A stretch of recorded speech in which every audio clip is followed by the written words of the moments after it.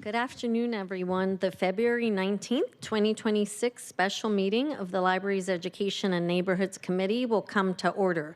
It's 2:02 p.m. I'm Maritza Rivera, Chair of the committee. Will the clerk please call the roll? Councilmember Lynn. Here. Vice Chair Hollingsworth. Here. Chair Rivera. Present. 3 council members are present.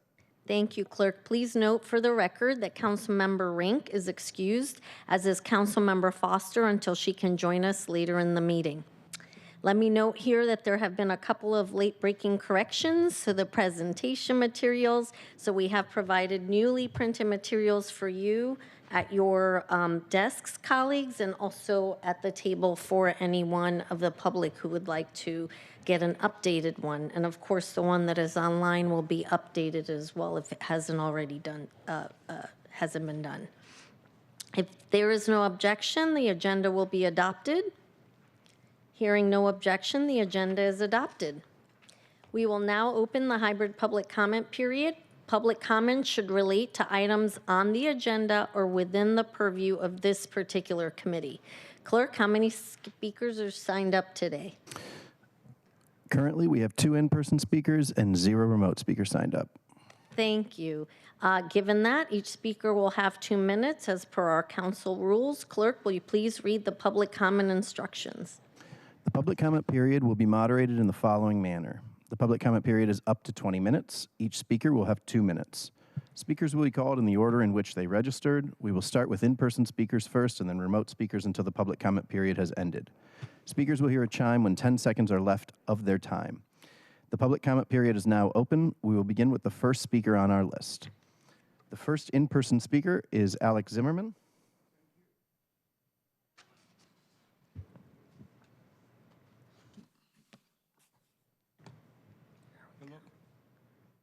Hello? Yeah, my name is Alex Zimmerman, and I want to speak about school and library, because it's a fundamental point of education. This cannot be separate. So situation what is we have right now, because I go to school meeting for last 10 years many times, and what is I have? 3 times, 3-year trespass I have from Bellevue and from Seattle. Situation right now in school, absolutely idiotic, and I explain to you where is a problem. Board of director, you know what it means, and I speak many times why I have so many trespasses. Make a rules what is look like a concentration camp. Children from 6 to 12 cannot understand this. And I told you, how you can do in this? You bring children to concentration camp like a Nazi pig, you know what it means? So they quiet, they scared right now. When they scared, from 6 to 12, they will scared for rest of their life. This absolutely principle what is we have right now. But you don't do nothing for stopping them. School don't have enough money, everybody knows it. Library don't have enough money. I look statistic right now, from 2000 to 2006, for 7 years, 30%. And I speak right now with people, you know what it means. So this 30% approximate increase in salary. So all money what is you have for library or for school, you know what it means, go to salary. They don't go to children. You need stopping this. I live this for 40 years. So 2 generations, what is right now, children, what is you make in Seattle is a pure zombie. They idiot.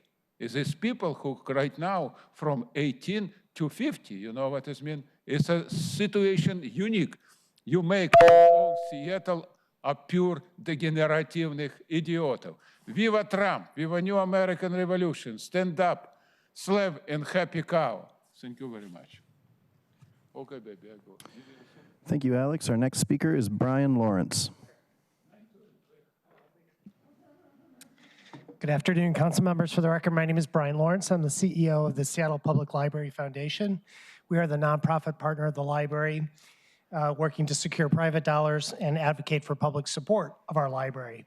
This past month, we hosted a Love Letters to the Library campaign, and we've collected thousands of messages across the city for people who want to demonstrate their love of the library. In fact, more than 90 retail and community locations have hosted these boxes, and the messages have been pouring in. These letters reinforce what we already know, which is that Seattle loves its libraries. Our neighbors understand how lucky we are to have a first-class library system, And we see that every day, and it's high usage in the amazing and innovative programs that they offer and the public spaces that they find safe and secure. But I'm worried that Seattle's position as a leader among the libraries is in jeopardy. We have seen budget cuts over the years, and we have seen general fund offloading. Unfortunately, we see this in the other parts of the country as well, where libraries are being deprioritized.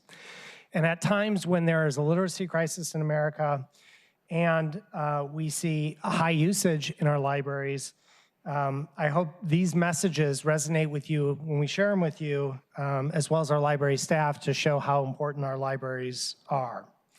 And when you hear about the current impact of the levy from our library colleagues today, and you work with the mayor on the upcoming levy renewal package, we ask that you take this love for the library that we see into consideration and make the institution a priority. Please treat it with the same love and affection that our neighbors have. I think this year presents an opportunity for each of you to leave your mark on the Seattle's library for the next 7 years. Thank you. Thank you, Brian. Chair, that was our last registered speaker. All right. There are no additional registered speakers. The public comment period is now closed. We'll proceed to our item of business. Clerk, will you please read item 1 into the record? Agenda item 1, Seattle Public Library 2019 Library Background and Overview. For briefing and discussion. Thank you.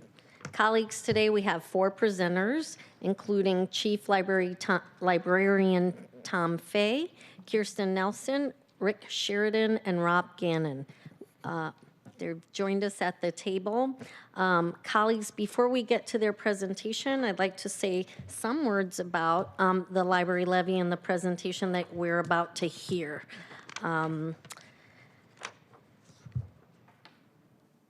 First, let me say welcome to a special meeting of the Library's Education and Neighborhoods Committee. We were originally scheduled to meet Wednesday, February 11th at 9:30 at our regularly scheduled committee, but we rescheduled the meeting to today because of the Seahawks parade.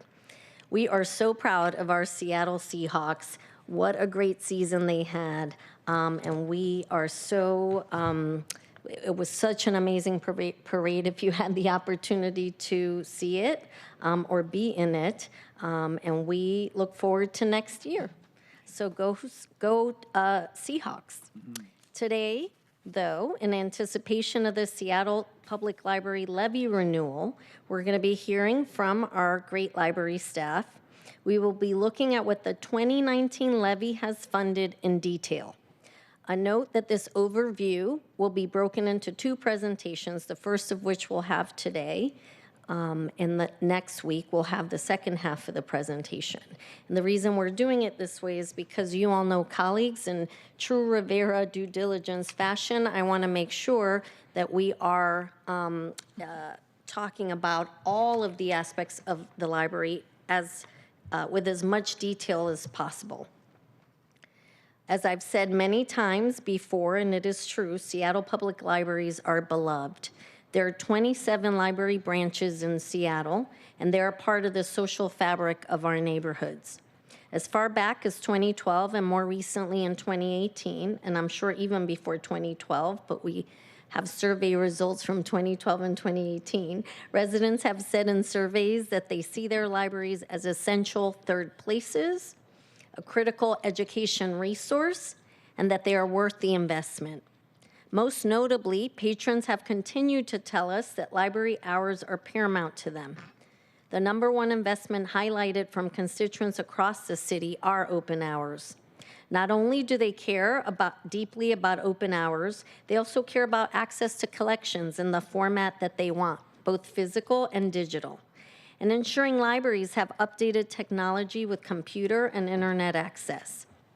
SPS is currently finalizing the 2025 survey report, which we look forward to seeing as we consider the 2026 levy investments. Today's presentation and next week's presentation are an opportunity for Seattle Public Libraries to show how they're responding to the priorities of the 2019 levy investments. It's a chance to publicly show their work, as I like to say, to the taxpayers who so generously supported the libraries through a property tax increase. The 6 areas of investment that were included in the 2019 library are, the 2019 library levy are hours and access, books and materials, technology and online services, building maintenance, helping children, and administration and central costs. That means taxpayers voted to have us prioritize these 6 areas, which is what you'll be hearing about today and next week. Colleagues, and members of the public, and those who may be watching on the Seattle channel, as many of you know, I don't take it lightly when we're asking residents to tax themselves. That is why it is critical that we show them how their dollars are working and helping our communities across Seattle. And to that end, I want to briefly tell you about something I just learned today. This evening, I'm attending a resident meeting at the Mercy Affordable Housing Complex in Magnuson Park. I noticed on the agenda for today's meeting that SPL would be present. I asked about that and was told that a librarian from the Northeast branch comes to every monthly resident meeting, to tell folks about programs at the library and to bring books. That level of engagement and consistency and care is really amazing, and I wanted to call that out.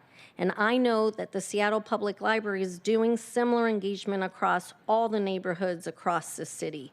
They engage with residents in the communities near the branches so that those branches are able to administer programs that neighbors care about. I know this because since I arrived on the City Council, I've asked Seattle Public Libraries how they serve patrons across the city. This is critically important to me, that SPL is working with community to ensure that they're getting their needs met by our libraries, and I know that our library staff is doing that under the leadership of Chief Fay. Many of you know, as a kid living in a low-income neighborhood in the inner city in the Bronx, New York, the library was a safe place in my unsafe neighborhood. That was the only place that my mother would let me go on my own. I felt safe among the stacks of books, and that sparked a lifelong love of reading. Libraries are so important to the kids in our communities and to our seniors and every age in between. Now let's move on to today's agenda and learn more about SPL's levy-funded services and programs in the 2019 levy. And then for the record, I also want to welcome Councilmember Rob Saka, who I know is not on this on this committee, but I know he cares. And I invited all my colleagues, if they were able to attend. Many of them have other committee meetings, external committee meetings, and other engagements. But I wanted to make sure that they were included so they too can hear this information that you're going to present today. So thank you, Councilmember Saka, for being here and for your engagement. Chief Fay, if you'd like to state your name and have your team state their names for the record, and we can get started. And then colleagues, this is a fairly robust slide deck. I want to thank the libraries for doing that work to give all the information. And if you have questions, please raise your hand as we go along so we're not waiting till the end of the whole slide deck to make sure we get your questions answered. Thank you. All right, thank you, Chair Rivera. I'm Tom Fay. I'm the Chief Librarian for the Seattle Public Library, and I'll have my colleagues introduce themselves. I'm Kirsten Nelson, and I do the government relations for the Seattle Public Library. Good afternoon, members of the committee. My name is Rob Gannon. I am the Director of Administrative Services for the library. Afternoon, council members. I'm Rick Sheridan. I'm the Director of Institutional and Strategic Advancement. All right. Well, thank you for having us in today, and I want to thank my team for getting all of this together, as well as Chair Rivera's team in her office, as well as herself, going through these slides and this information over the last week and a half. It takes a lot of time. Appreciate the diligence and effort everyone has put forward. Today, we will provide an overview of the levy in 3 of the categories that Chair Rivera mentioned. And just as a reminder, the 2019 levy was $219.1 million at that time. Today, we'll be going through the collections, building maintenance, and the technology and online services components. And next week, we will be bringing back hours and access, helping children with literacy and early learning, and levy administration and central costs. And at this time, I'll turn it over to Rob for some of the basic budget info. Thank you, Tom. Again, good afternoon, members of the committee. So to begin our presentation, we will start with a sort of general overview of the library's budget. The slide in front of you is a chart that depicts the council-approved budget for the library in 2026.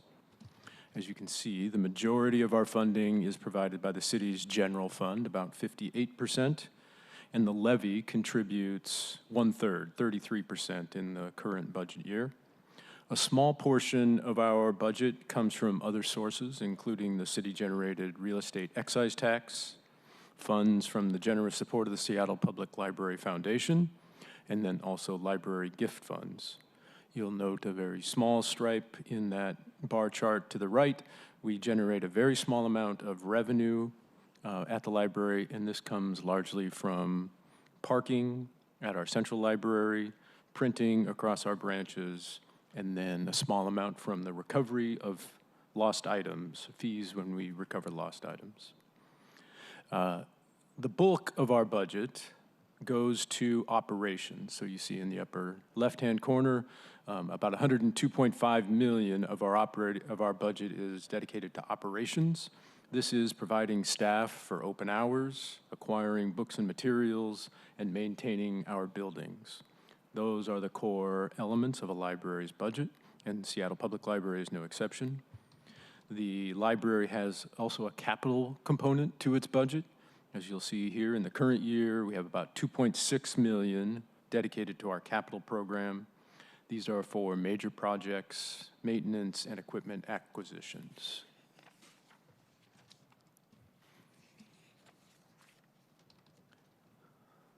So as we then dive deeper into the history of our budget and the role that the levy plays, we've presented here an overview of the last 6 years of actual expenditure, and then the 2026 bar represents the budgeted amount for the current year.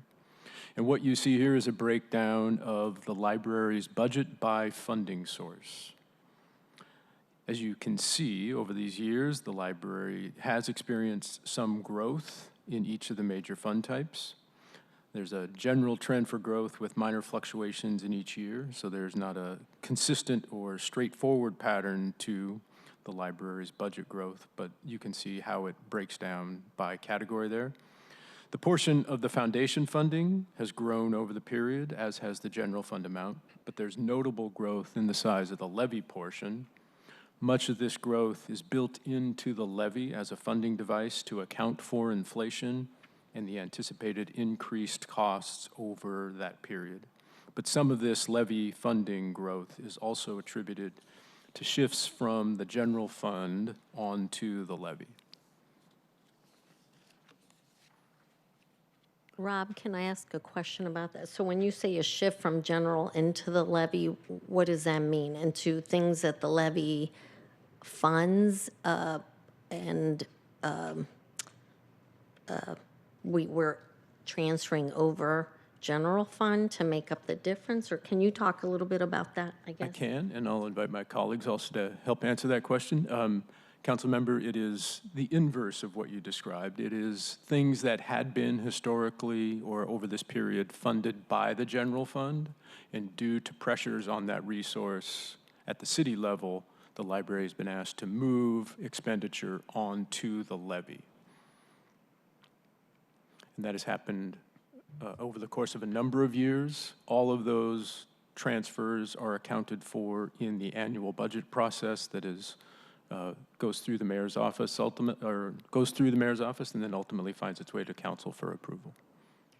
Thank you, Rob. And also, I mean, but we have more levy money to work with, because I assume that there's an increase in levy money. So is that because every year, I mean, it's assessed yearly, no, the levy, how it's collected? And so I assume we have more levy money over the course of the levy than originally anticipated? So I'll answer the question as I interpret it, and then please follow up. The levy does anticipate that there will be year-over-year increases to the amount of revenue collected through that instrument. As it relates to expenditure and specifically to the general fund transfer, when items come off of the general fund and are moved onto the levy, that usually means we have to look at ways to extend the existing levy resources. It is not that there is an incremental increase in the levy that accounts for that general fund offset. So we make prioritization choices from the levy and say we will not be able to do this to the same degree or to the extent, or this project will need to be deferred in order to absorb that transfer from the general fund onto the levy. Okay, great. Thank you, Rob. But the levy itself has stayed what we anticipated it would be. It hasn't decreased. We didn't see a decrease since 2019. Correct. That's correct. Over the anticipated 219 million. So that's good news because this happened over COVID. Correct.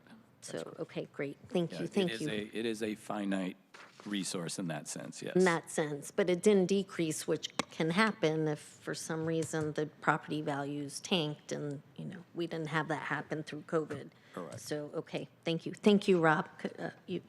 Go ahead, sorry. Thanks for answering questions during. Thank you for the question. So our next slide here is meant to show the same series of years, again, the levy period from 2020 to 2025, but this expresses the relative amounts that each of the fund categories provides. So Councilmember Rivera, or Chair Rivera, you'll see that over the period of this levy, the percentage of the general fund has somewhat gradually decreased over the period, while the amount borne by the levy has increased. The Seattle Public Library Foundation's portion has remained relatively constant over that same period, even though there's an increase in the absolute value of the amount, the relative value has stayed fairly consistent. Chief Fay, does that mean you would have used levy money in other ways? I mean, we have the Yes. money that hasn't decreased, so it's a matter of prioritization. But I think what the graph is showing is that the library budget has increased every year since 2020, all of those levy years. Correct. So in that sense, while there might have been maybe fund swaps between the general fund and the levy, it has increased over time. Correct. And when we have those swaps into the levy, it does mean that something isn't going to be done that may have been planned in the levy. A good example of that is this year that we're in. We needed to make sure that we made the budget reductions that we needed to. We needed to take $5 million from the levy that had been dedicated for a project, the Columbia Unreinforced Masonry project, and we are going to have to defer that one. And that was a decision we made to make sure that we could maintain the hours of operation and not have to have a reduction in staffing or hours. Thank you, Chief Fay.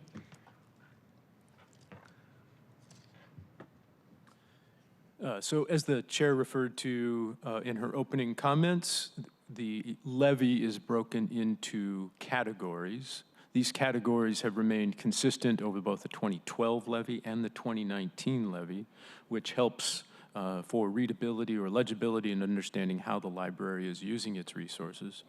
What this chart depicts is how each of the categories, from administration and central costs all the way to hours and access, account for the ways in which the library is spending those levy dollars. Tom made mention in his introduction that we were describing each of these categories in details over the course of the presentation. This slide is meant only to provide the broad context. As you can see, administration and central costs in yellow and helping children in light blue make up a very small portion of the levy. Hours and access, which we'll be talking about next week, makes up the largest portion of the levy. So we'll be discussing the three categories in our presentation today: building maintenance, which you see represented in the dark blue, technology in the green, and then the orange section shows the levy sources dedicated to books and materials. And so we will start our detailed presentation there, and I will turn it back to Tom unless there are any questions. Thank you, Rob. All right, thank you. So the first category is collections, and I want to give a little bit of an understanding of collections, because in library land we sometimes use that term interchangeably to discuss collections. So in the broadest sense, if we think about it at the 30,000-foot view, the Seattle Public Library has a collection. That is the nearly 3 million items that we hold, either electronically or physically. We then have things that we refer to that are specific types of collections. A children's collection, that again can be at the entire system level, that could be at a branch level. And then we have special and unique collections that are going to be a little more granular. They may be something like the collection at the Douglas Truth Library, the African American collection. It might be something at the special collection that's around maps or other ephemera. So just to give a grounding, when we talk about collections, we use those words interchangeably. But in this case, we're primarily talking about books and materials. So this slide is breaking down what the collections include. We have physical and digital books, history items, historic photos, maps, postcards, all types of other ephemera. The unique collections I mentioned, Douglas Truth, the LGBTQ plus collection at Capitol Hill, aviation and zine collections at Central, and several others. We still, of course, have DVDs and CDs. They're still popular, even though they're harder to find these days, for sure. And we also have physical and digital magazines and newspapers. So we have free access to the New York Times, the Washington Post, the Wall Street Journal. And of course, we have those who love movies and music. We have streaming versions of that through our Hoopla and Canopy platforms. Chief, do we have, I noticed Seattle Times was absent from this list. Do you is that? We do have the Seattle Times as well, yes. We actually I have. wanted to make sure people knew they could access the Seattle Times. And we do have access to it all the way back in history, as we do the Post-Intelligencer. We have that entire collection digitally as well. So folks can definitely find the history of Seattle through our newspapers. And on your unique collections, this was really great to see. Are these located at different branches, or how does it work? It does. It generally is something that grows out of a need in a particular community. A good example is the LGBTQ plus collection in Capitol Hill, a traditional community for the LGBTQ folks. And then, of course, some of these special collections, like the aviation and zine collections, some of those, again, end up being almost like special collections, so they have to take additional handling to make sure that they're cared for. And many of those end up being what we consider a reference collection, meaning you can't check that material out. The Douglas Truth collection, however, you can check out, which is great. That's a very strong collection, one of the largest collections on the West Coast. Wonderful. And if a community has a particular interest in seeing a unique, because not every community is represented here, would they work with your folks to identify it, and then you all look into creating a unique collection, for instance? Absolutely. Sometimes it's opportunistic in that we actually have someone who wants to donate a collection. That can happen when we talk about special collections. Sometimes what happens is, as requests come in for material and we see those requests more and more in certain locations, it really helps us, our people selecting books, to know that, okay, we need to start getting more of this material. A good example of that is material in other languages. That's one of the ways we find it. The system does something called floating, which means that if you check out a book at Beacon and return it at Beacon, but maybe that book was delivered from the Central Library, that book's going to stay at Beacon. And what happens is that over time, people start noticing that, wow, there's a lot more of this material here. Maybe we should be buying more or moving more of the collection. So we do that every day, looking at those collections. Great, so it's. And you also don't have to be at that location to get access to those books. You can be at Broadview and access books from the the African American collection that's housed at Douglas Truth. Thank you, Kirsten. And what I'm hearing you, Chief, say is it does help, though, if a book is consistently at one branch, it helps you identify there's that interest for that subject at that branch. And that, yes, and that is the beauty of floating collections. In my early days, that was not an option in library systems, but today that really helps us better serve the community because it's actually moving to where people need the material. Thank you, Chief. All right, in this next slide, we have some of the highlights of the collection. We are in the top 10 of e-circulation in the world. That's really thanks to our passionate and voracious readers here in Seattle. But it also shows the shift of patrons towards e-materials versus physical materials. And that really, that big shift happened during the pandemic. As you might imagine, we weren't open, and so the digital collection really was the only way to have access for several months. During the time of this levy, we have grown our collection from 2.4 to 2.9 million. We have 2 million physical items and about 1 million digital in our collection. We also have I'm sorry, I just noted this here today on my own. We also move a lot of these books through the system, and really these checkouts are occurring all throughout the day. We run 24/7. You can get an ebook any time of the day. You can go to one of our pickup lockers and pick up your holds outside the library branch. And so as you look at the big numbers that we have, we did about almost 13 million circulated items last year. That equates to 24 books per minute being checked out every single day, every single hour here in the city. Wow. So, oh, sorry, yes. On the e-books, first of all, I just really want to note, in a later slide, you're going to say you all are 10th in the world. Yep, we are 10th in the world. Not nationally, 10th in the world for ebooks. That's really worth mentioning. That is amazing. And later when we get to that slide, we'll talk about, I know there's some challenges on the ebooks, but we'll talk about those later.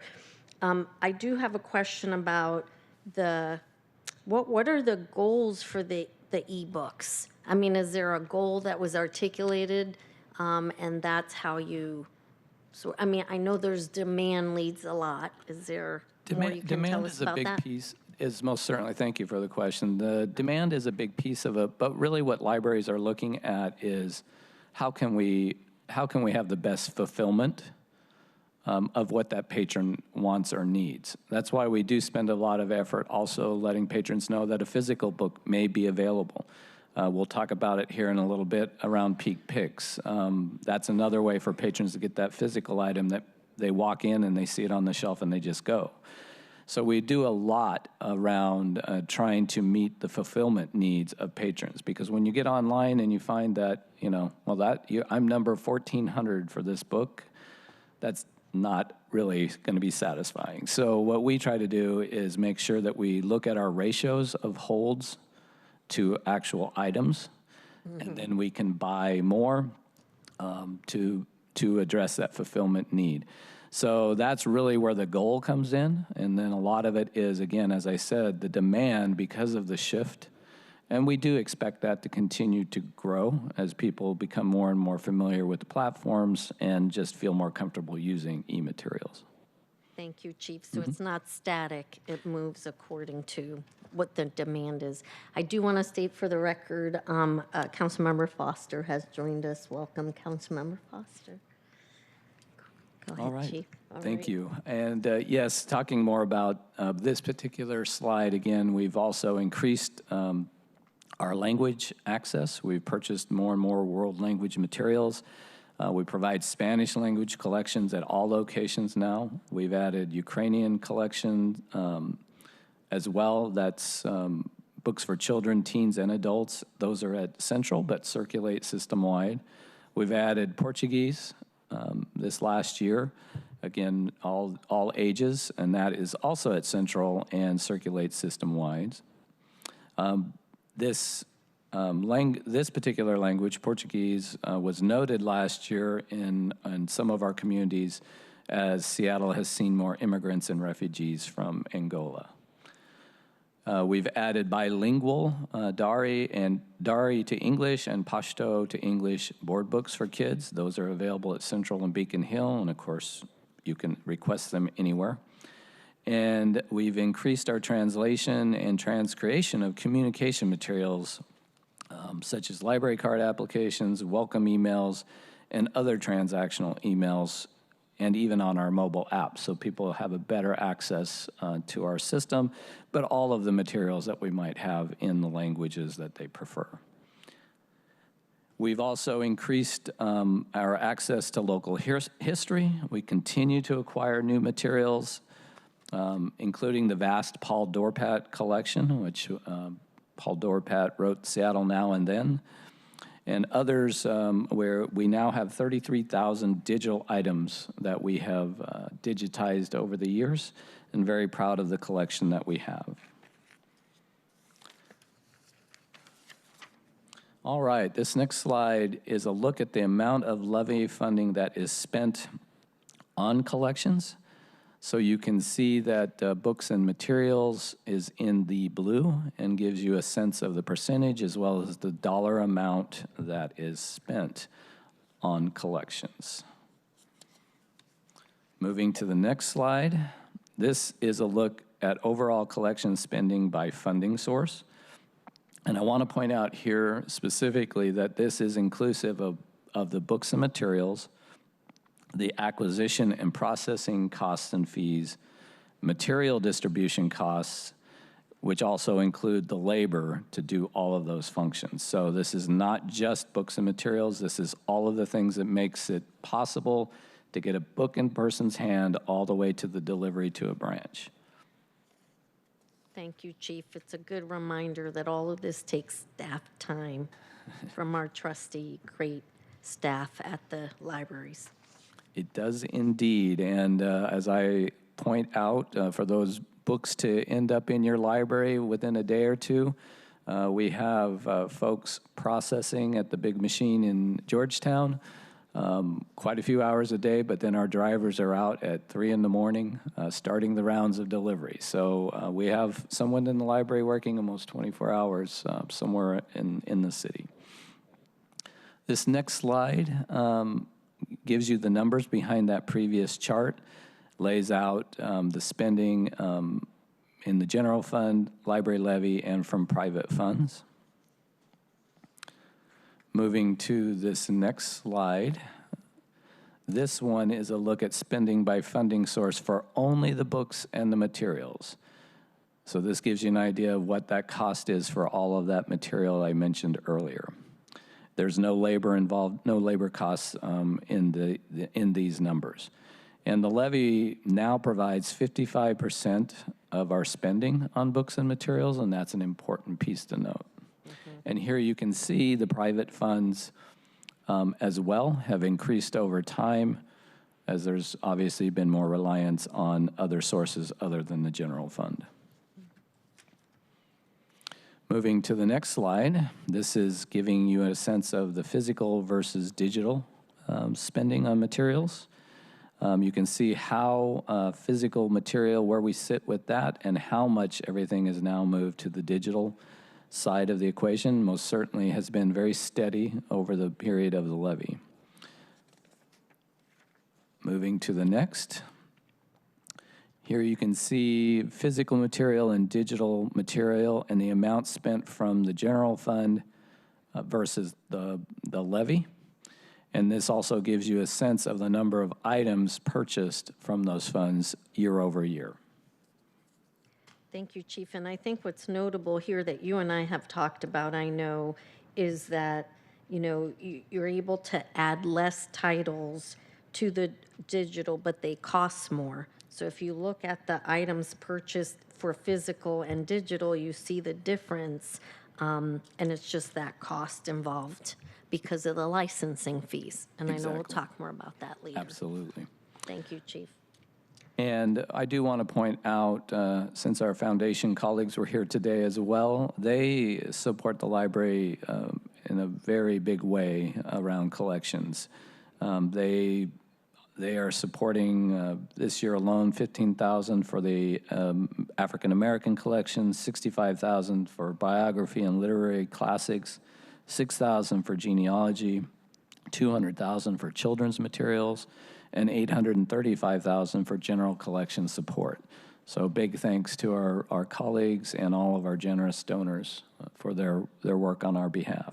Thank you, Chief, and I shout out to Brian Lawrence, who gave public comment earlier, and he and I met, president of the foundation, and they do support a lot in the space, and Brian shared some really great books and tools for kids, books that talk to you as a way to really help kids with reading, and so I know the foundation is an invaluable partner. Yes, if you actually run into Brian without some of those books in his hand, those talking books, it's a rarity. He has actually gotten a lot of donors because of that. It is a great format for kids. All right. Next, we'll look at the impact of the collection, and we'll look at the physical collection by location. So as you look at these next slides, they are going to give you a general sense of the collection growth and or decrease across the city around each of the locations. We've broken this down into 3 areas. This is mid-city and downtown. You can see the branches located on the map to the right, and this is for the period between 2020 and 2025. These don't generally change dramatically year over year. Where you can see sometimes decreases, you might ask, well, why is that? It could be a number of factors. Many times it's a small location, and so to make it multi-purpose and to have availability of another table or something like that, sometimes we reduce collections. We look at what collections are most relevant or important for that particular location, and we try to size it specifically for that. And again, knowing that anyone can request either in-person or online material to land at a branch, we don't always need to absolutely fill it from floor to ceiling, as maybe we did in the old days. The transportation system and getting the material moved around makes it pretty quick. Thank you, Chief. That's important. You can be at one branch and request a book that's at a different branch, and you get it to the people there. Absolutely. All right, we'll move on to the next area of the city, so you can kind of see the collection sizes here. This is North Seattle. And I'll note that the University in Green Lake, some of these numbers are a little skewed because of closures for the seismic retrofits that we have completed at Green Lake and are undertaking at University. So just something to note. And then we'll move to South Seattle, and you can see the numbers here. And then we'll move on to physical circulation by location. I think this is an important one for folks to see. This, again, is mid-city and downtown. This shows the circulation growth over the period and life of the levy thus far. As you can see, we're doing well in circulation increases. It will move over to North Seattle. You will once again see the increases everywhere. The noted exception, again, is going to be University, which is closed and under construction. And then South Seattle, you can see considerable increases here as well over the levy period. And now one of, I know, a few people's favorite that people talk about all the time is Peak Picks. And what Peak Picks is a collection of new and popular books with no holds or waits. And so it's going to be a physical book, and the whole idea is that you are just overjoyed that when you walk in, that book you were on hold for or really wanting to get, that newest title is right there, and you're able to grab it, check it out, and start reading. Very popular, for sure, something that we get asked about all the time. And it has, at any given time, you're going to have 60 to 65 titles that are in that Peak Picks collection. That changes every month. Something is going out, meaning it's no longer in Peak Picks, and something new is coming in. So you should always be finding something new almost every time you come into a physical location. And all the locations have peak picks. They do. Some have a little bit more space and may have a few more than others, and we do that, again, sized by the population served. These are most certainly some of the most circulated books. As you can imagine, they're the most popular titles.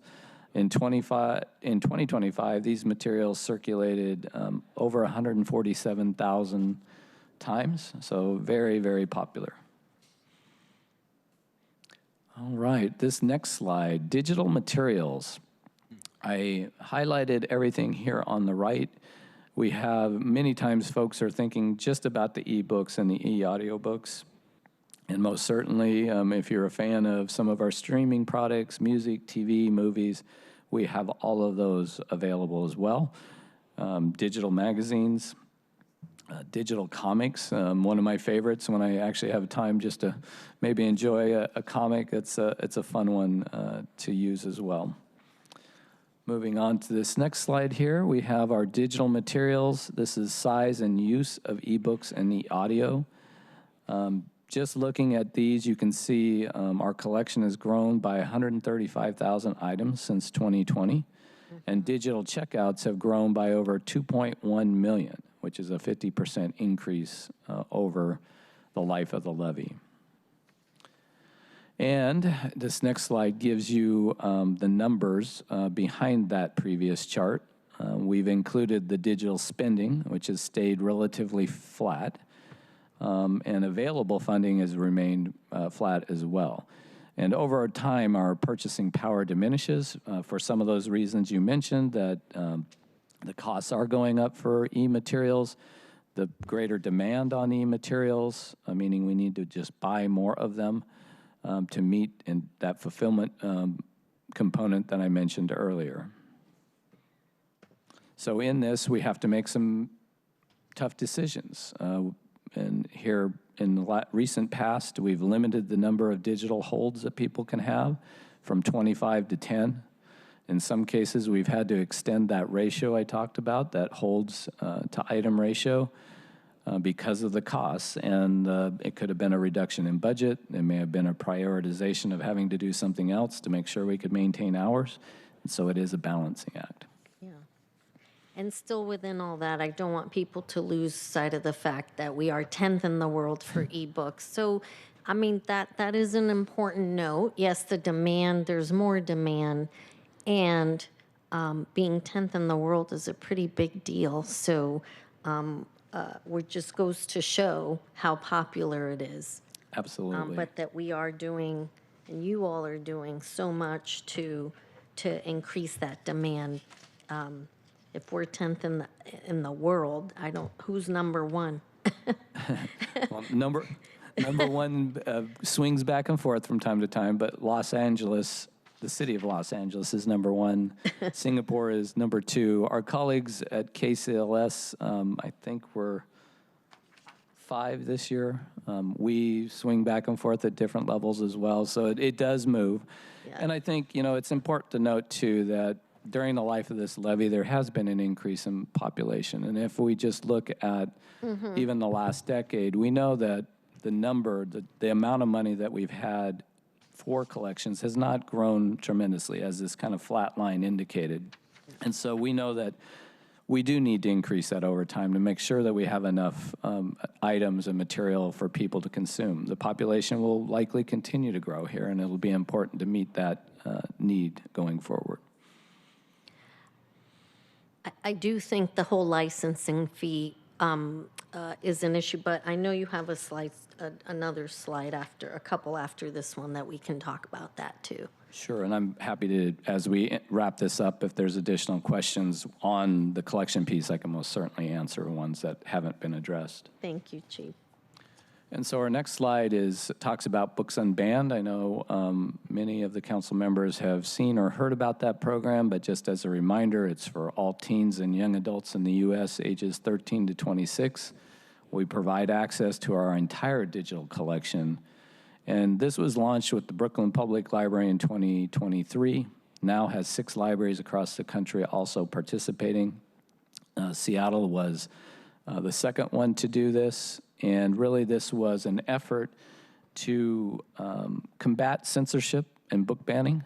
We know now that there's a lot of interesting things going on around information, lack thereof, misinformation, disinformation, and it's really important to make sure people have access to this. Since we started this, we've had 25,000 signups, 730,000 checkouts over this time. And it's really important to note here that this is completely privately funded by the Seattle Public Library Foundation's generous and passionate donors. When I'm out with donors, they talk about this program probably more than any because of its impact across the country.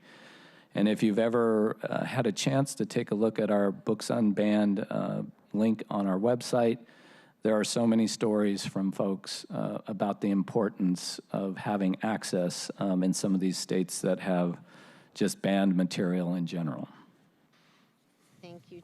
Thank you, Chief. And though this is a presentation about the levy and this program is not levy funded, it really goes to show the great partnership with the foundation, because this is fully funded by the foundation. So it wasn't really meant to show something that's levy, but just a great partnership with the foundation that is really meaningful to kids across the country, particularly those in cities where they have banned books, unfortunately. So it holds great value.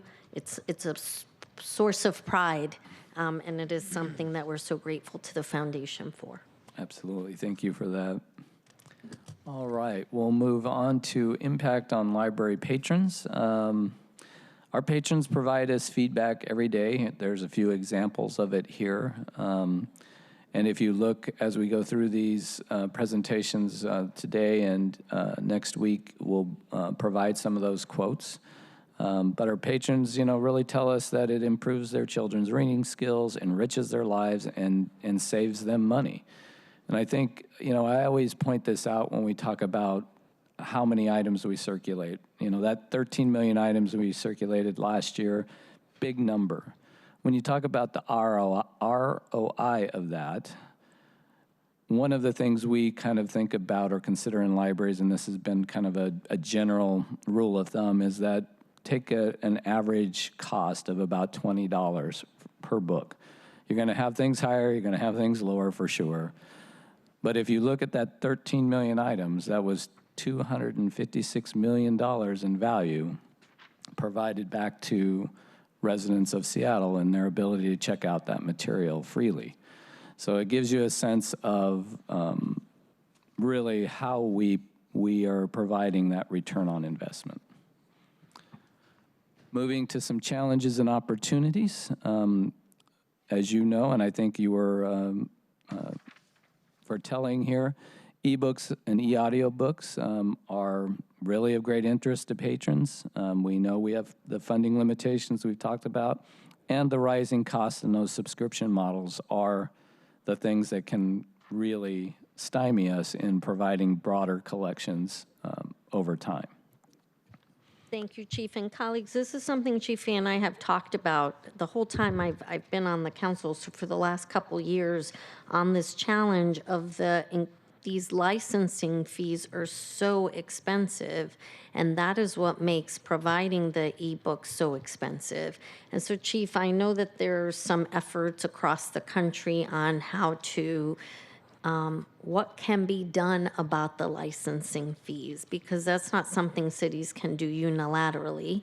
And if you have information, I'd love for you to share with colleagues, and I would love an update on, where are we on trying to get public libraries more access at a lower cost for, given these licensing fees.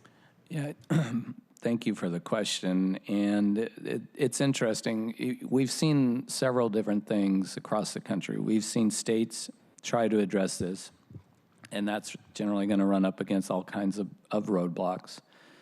We've seen individual libraries or cities try to address this. I have been working, and Kirsten has been working with the statewide library directors to really see if there's something we can do at the legislative level to at least begin understanding how much is being spent on this. These are all taxpayer dollars. How much is being spent on this? So that's one of the efforts we're putting forward this summer, to be able to inform the legislature about those costs, the concerns around the costs, and then the long-term concern of not having a perpetual license, meaning that these are subscriptions. When you go into a library, you expect to see a book. You want to see that either physically or digitally. Down the road, when now an author isn't hot, a subject isn't hot, 20 years down the road and the publisher doesn't want to put it out anymore, if it was only in the e-realm, it just doesn't exist. And what a loss of all that intellectual thought. And it's not even contained in a library.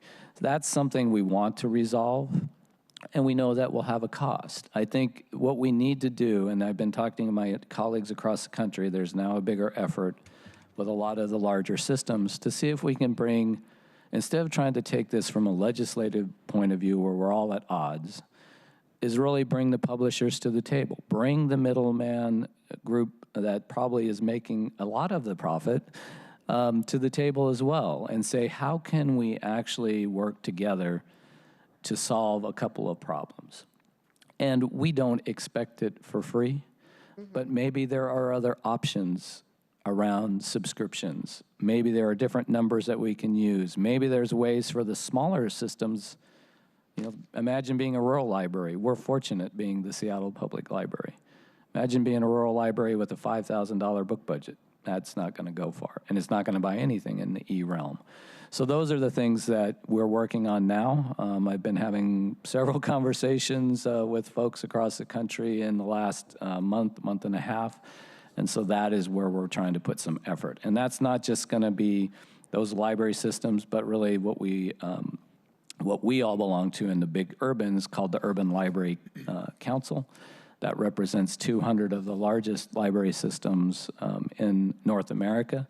And we do believe that that group can really help to bring people to the table to start discussing this, because it is a long-term problem, for sure. Thank you for the update, Chief. And I think working with the publishers is something that is really important. And also want to acknowledge that, like in the music world, in the book world, authors need to get paid for their books. And so that is important as well.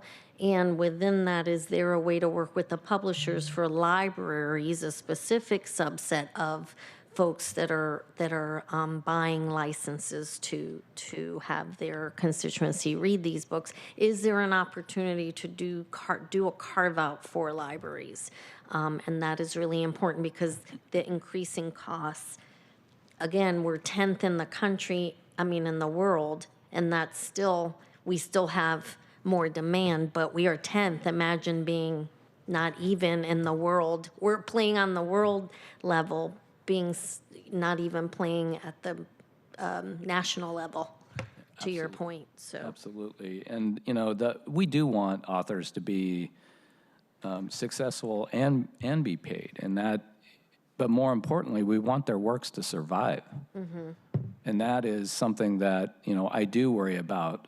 Probably in the last 5 or 6 years, probably more than I ever thought about or worried about. That really, truly, entire topics, entire authorship could be lost as the e-realm takes over more and more of this industry. With that, I'm sure you're tired of hearing me talk, so the reason I've asked Rob and Rick here today is to have them go through some of these other sections, and I'm more than happy to intercede when necessary, but I'll turn it over to Rob for our next portion. Thank you, Tom. So members of the committee, I'm going to move us into the next topic, the next levy category, which is building maintenance. And of course, we all have a broad understanding that libraries are institutions. Libraries are the collection of materials that are available, but libraries are also fundamentally about the buildings and the spaces that we create for our patrons and our communities to come and to enjoy, to explore, and to enrich their lives. In order to do that, we are in a position to maintain all of those facilities, and the levy plays a critical role in helping us do that. Just as a broad overview, I do want to sort of differentiate between the types of maintenance that we do to keep our buildings safe and ready and accessible to the public. Maintenance can fall into three or any number of categories, but we generally think of them at the library in these categories. So first, major maintenance. These are the significant projects that we take on that alter or upgrade our buildings, either to contemporary standards or to address major issues. There's also routine and scheduled maintenance. This is really the everyday work of maintaining our buildings as welcoming environments, as safe environments, as clean environments, so that they're suitable for the use of the public. And then I'm sure everybody is probably well familiar with the notion that repairs fall into the maintenance category, and all sorts of things come up on a day-to-day basis. Sometimes they are emergent issues, sometimes they just require our prompt attention. But this is how we spend the bulk of our maintenance dollars. There's some examples on that slide, and I'm happy to talk about any of them, but it is a broad category of maintenance across, or broad definition that we use for maintenance. I wanted to hit some of the highlights in our maintenance program, looking back retrospective to the period of our levy. There have been some notable large-scale projects. Tom has mentioned our unreinforced masonry projects, which we sometimes shorthand as our seismic retrofit projects. We have completed 2 of those in the period of the levy. The Green Lake branch was completed in 2026, and the University branch is well underway, and we are confident that it is going to be completed later this year and should be reopened to the public in the fall. Our unreinforced masonry projects are not simply about those particular projects, structural reinforcement. We also use this as an opportunity to address other things that are priorities through the library, like making our spaces more accessible, making improvements to restrooms, to elevators, to entrances. And we also have used this as an opportunity to improve our climate resiliency, making the buildings themselves more efficient and taking advantage of contemporary technology and reducing our dependence on fossil fuels. We also have just a wide variety of conventional projects, including major roof repairs, ranging from straightforward roof replacements at a place like the Greenwood branch, which was completed just recently, but also the Queen Anne branch, which has a historic slate-tiled roof and required a great deal of effort to make that upgrade.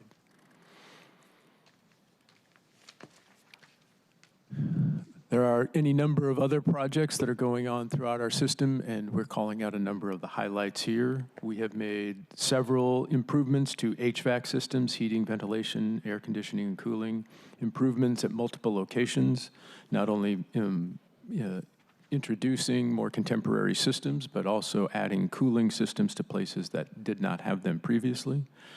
We, as Tom mentioned earlier, moving materials through our system is no small feat, and part of what this levy did was replace what we refer to as our automated material handling system that had previously been located at our central library.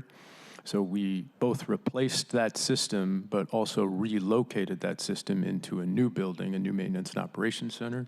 And the levy not only helped us not only helped us with that replacement and relocation, but it also provides vital maintenance to that system so that we can maintain it and have it functioning well into the years ahead.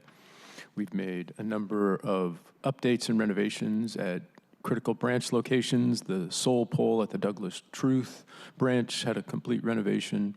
I mentioned the roof replacements, and the projects just keep going and going. More highlights included on this slide. We made improvements to restroom access, especially during the COVID period at 5 locations. We reconfigured some spaces to make them more conducive to reopening libraries. We've made lighting improvements in garages and on main floors with more sustainable lighting that takes less energy but also less maintenance. We have done, when I mention everyday maintenance, we have increased the frequency that we do pressure washing at some of our more high-trafficked branches, including Central, the Plaza, both on the front of the building, on the 5th Avenue side and the 4th Avenue side, the Plaza at Ballard, much more cleaning at our Capitol Hill and Lake City branches. If anybody has noticed, our Central branch has quite a few windows, and we have to make sure that those stay clean. They're also part of the structural integrity of the building, so it is a maintenance effort as well as just a cleanliness effort. And then over the period of the levy, thousands of work orders have been completed, everything from, as it says here, graffiti removal to repairing carpeting to replacing furnitures, to addressing what sometimes feels like an endless range of plumbing issues and many, many more. This next slide, sort of in a consistent format with other slides throughout this. Oh, I apologize. Before we move on, because the rest I know is just the costs involved, on the air conditioning at 22, so that means 5 do not have air conditioning. Is there a schedule for the other 5? Is it the hope of with the new levy we would complete the other, and where are they? Yes, so apologies, council member, I didn't see your hand, but I'm happy to answer the question. We have 4 projects that are scheduled for this year. Okay, great. And I don't remember the 5th, but I can get that information for you. But we'll be doing Columbia this year, West Seattle, Fremont, and Queen Anne. So those are projects that should be will be completed during this current levy term. They're in the process of being permitted and should be fully ready to go. Great, so by the end of the year, we should have 26 of the 27 done. That's terrific, particularly as things are heating up. It's really important for folks to have a place to cool off. Well, and I want to also note, again, how we leverage all types of funding. Much of this came from some efforts to get federal funding and state funding. And as everyone might recall, we also are supposed to be replacing any kind of fossil fuel burning plants that we might have. So anytime we're going to do something like air conditioning, we have to do the electrification component of a building, which means we take out all those fossil fuels. So it's not just a simple cost of putting an air conditioning system in, it's all of that other work that goes along with it. That is so critical. Thank you, Chief, for highlighting that as well.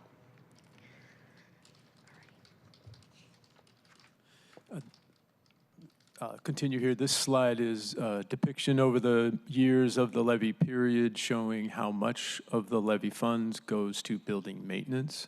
So you'll see a notable increase in 23, 24, and 25, and those roughly coincide with our major seismic retrofit projects, and that accounts for the bulk of that spending.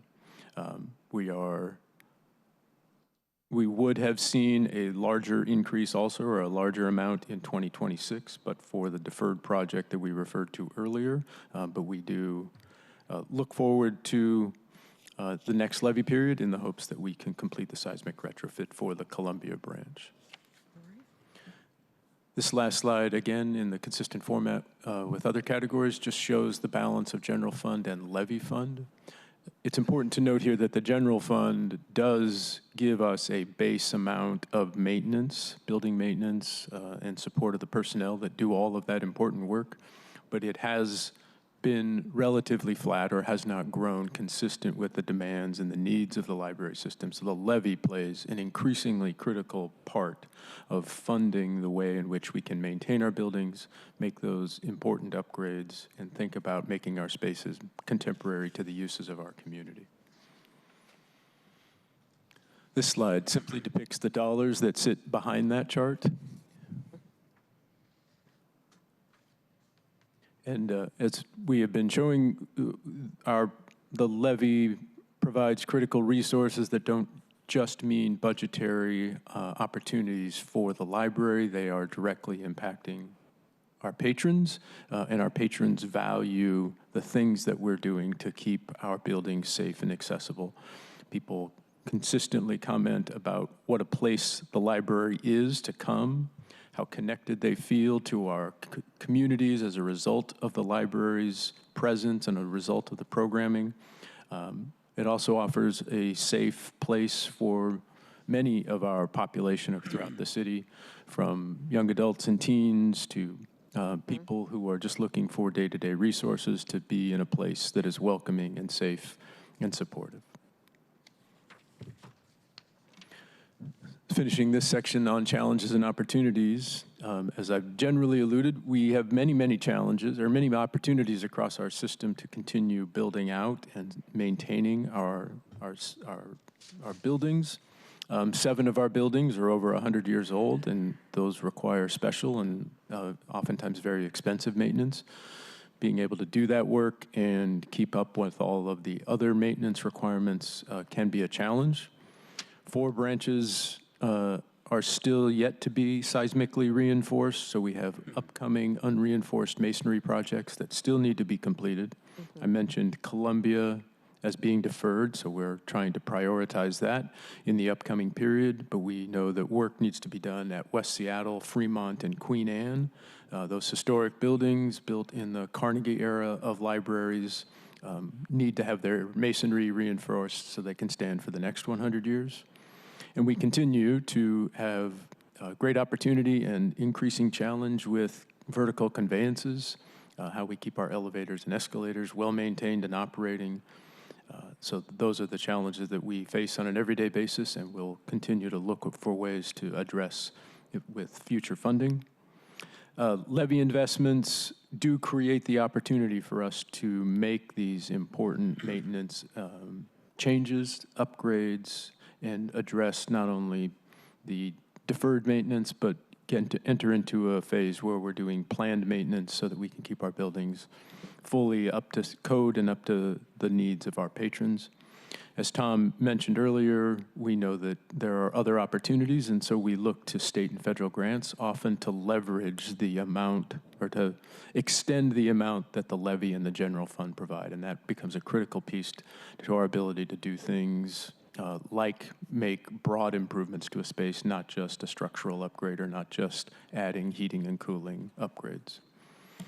And I know in the past, the Carnegie libraries have received some funding from the feds. I don't know where we're at with that today, but up to last year, I guess, there has been opportunity that way that I think, Chief, we've been able to tap into. We have fortunately been able to, over the years, to receive some federal earmarks. We also received some FEMA grants for a number of efforts. I can happily say that we have received those funds when we've asked for reimbursement. So we have been fortunate in that regard. We know it will likely be a little tougher at the federal level over the next 2 or 3 years, potentially, but we continue to put forward, working in collaboration with the mayor's office, grant requests and or earmark requests to our representatives. Great, thank you. And we That's do great have to a hear. current earmark outstanding in FEMA's portion of the Department of Homeland Security budget, which is obviously currently unfunded at the federal level. So should that go through, should they fund FEMA, we do have an earmark from Representative Adam Smith for Great. the Columbia branch. Great. Great to hear. Thank you for that update. All right, I'll pass this next section off to my colleague, Rick Sheridan. Madam Chair, council members, the last levy category we'll look at today is that of technology and online services. This category includes many things I'm sure you're familiar with and probably some things that are a little more back of house to systems like the library. So it includes public and staff technology such as computers, printers, laptops, self-checkout, and catalog stations across our library system. It provides the internet access, the SPL network, both wired and wireless, and funds our hotspot program. It supports digital security, both the staffing and the monitoring tools we need to keep our system safe. And it funds capital IT, such as the major network infrastructure, servers, switches that support our technology use. Rick, I think Councilmember Foster has a question, probably about the prior slide. Thank you so much, Chair, and thank you so much to the library's team, and apologize for my late arrival. We had a Board of Health meeting where I'm Vice Chair, so appreciate you welcoming me late today. I did have a question about slide 40. As you know, I really care about our aging infrastructure, and I appreciate the Chief Librarian for our previous conversation about this. I wonder if you can speak to just, and I'm sure we'll get into this when we get forward-facing with the levy, but being able to put some numbers on these infrastructure costs that you reference on slide 40 with these challenges, and how they might be phased in the coming years. Yes, we have looked at that. We have a very large number that we know is facing us as we look at that 20 and 30-year window. And I remind folks all the time that the Central Library at the end of this next levy that we are contemplating will be nearly 30 years old. And so with that, there'll be a lot of need for that infrastructure replacement in many cases or support. But yes, we do have numbers. Rob's team has done a great job of determining what that all looks like, down to even individual systems like HVAC, down to windows and things like that that also are part of the structure. It is not something you can chew off all at once, and it most certainly will not be something we can get done in one levy. And it may also, as we look at some of the opportunities Rob talked about for enhancing spaces, it may require something like a capital bond to move those efforts forward in a way that's going to provide enough funding to do the work. So we are looking at a lot of different ways that this might come about. The levy is most certainly one of the tools. Thank you so much, and I look forward to hearing more about the numbers that I'm sure your team has put together. And I know, I'm sure when we see it, there will be a bit of sticker shock, but it's helpful to have that context. And I say it really with the spirit of knowing, and I know my colleagues are aware of this as well, that we have levy lid lifts that we will come up against, or levy maxes that we will come up against. And I think it's important for us to understand the full needs in our system. And to your point, Chief Librarian, even if we're talking about to the end of the levy that we will need to put forth to voters this year, so that we can do that long-range planning to make sure we're taking care of our really important capital assets. So I'll follow up with you and your team. Thank you. Thank you for the Chair. question. You're welcome, Councilmember Foster. Thank you. And I know this is something that Chief Fay has been working on with his team. It is not something that they have not considered. And it is something he and I have discussed in the last couple of years, and just how to best ensure, because it's a rotational piece, is as you fix buildings, other buildings are aging, and then as you fix those buildings, the ones you fixed prior are aging, and it's a cycle.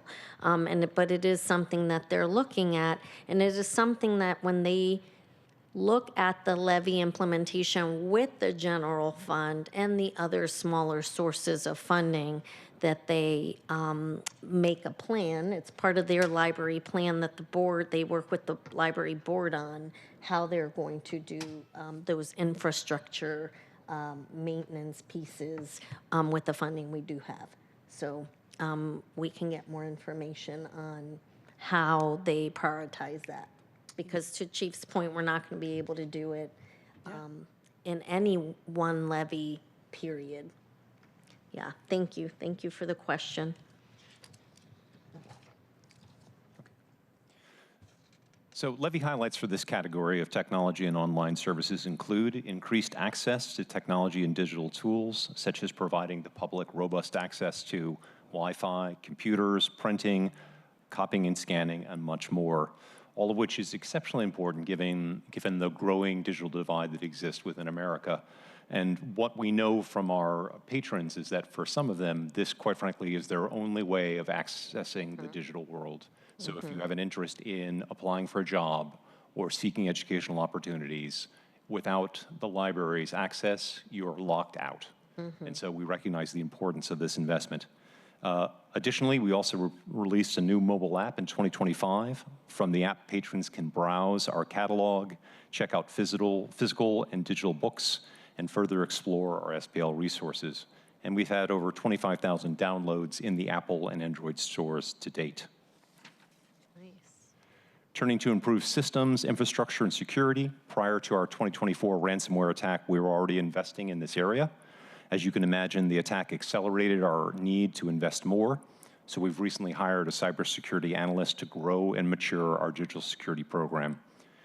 Additionally, SPL has installed new network switches system-wide to improve the stability and performance of our network, and we did so at a cost of approximately $2 million spread out over several years.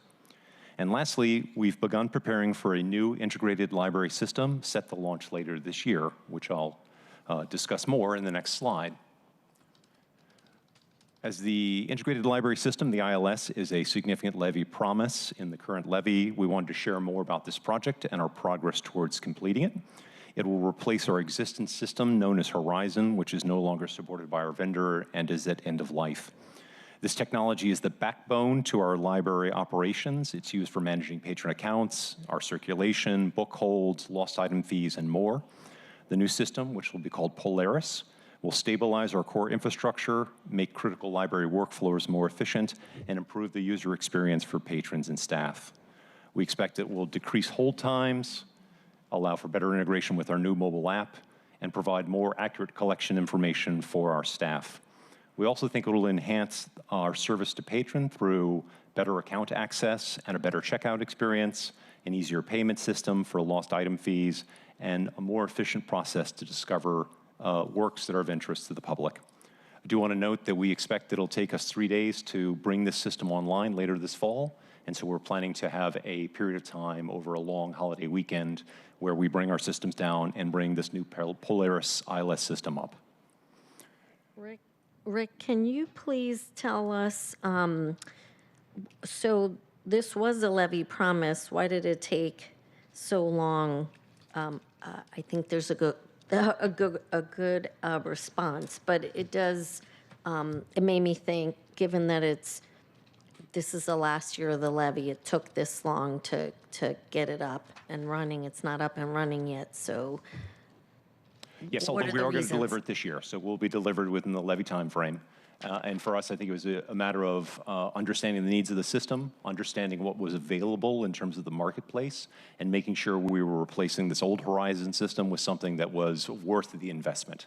And so we wanted to do our due diligence around that. And then, of course, it's a matter of sort of balancing a real significant ask of the system and patrons against other needs in terms of technology. And we had a couple of interrupters in this, which obviously was COVID, which made it nearly impossible to do any of that type of work. The ransomware attack also set this back about 6 months because all IT capacity was taken in resolving the ransomware attack at that time. And then, as Rick mentioned, this is a very large-scale project. This is actually, I spent 15 years of my career in libraries and IT. This is the most significant and most difficult and most public-facing project that we will undertake. And so, yes, it has to be right. And it takes probably the most capacity of any other effort in the library to do this. It affects almost every single person working in the library, and it most certainly will have an impact on every single patron who uses it. Thank you, Chief. I suspected there was a good reason, but I want the public to know because I think it's a fair question they may have.